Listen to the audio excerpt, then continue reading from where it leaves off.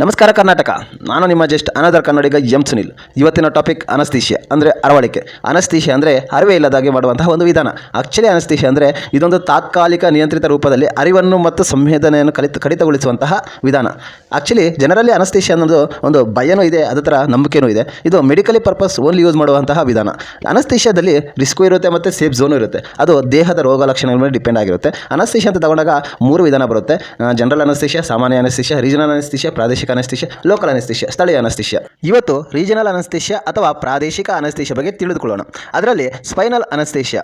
Spinal anaesthesia ಅಂದರೆ ನಮ್ಮ ಹೊಟ್ಟೆ ಕೆಳಭಾಗ ಪೂರ್ತಿ ದೇಹ ಮರೆಗೆಡುತ್ತದೆ. ಇದೊಂದು ವಿಧಾನ.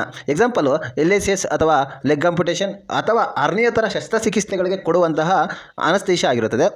Preparation of spinal anaesthesia things. ಮೊದಲಿಗೆ ಸ್ಪೈನಲ್ ನೀಡಲ್ಸ್ ಡಿಫರೆಂಟ್ ಸಜೆಸ್ ಇರುತ್ತೆ. 18 pink, 20 yellow, 23 deep blue, 25 orange, 26 brown, 27 grey. Injection Anawin, ಇದು 4 ml ಇರುತ್ತೆ. ಇಂಜೆಕ್ಷನ್ ಬುಪ್ರಿಜಿಸಿಕ್, ಇದು 1 ml ಇರುತ್ತೆ. ಸ್ಪೈನಲ್ ಅನಸ್ತೇಷಿಯಾ ಅಷ್ಟೇ ಯೂಸ್ ಮಾಡ್ತೀವಿ. ಡಿಸ್ಪೋಸಬಲ್ ಸಿರೆಂಜಸ್ 5 ml ಮತ್ತು 2 ml ಇರುತ್ತೆ. ಲಾಕ್ಸ್ 2% ಇರುತ್ತೆ.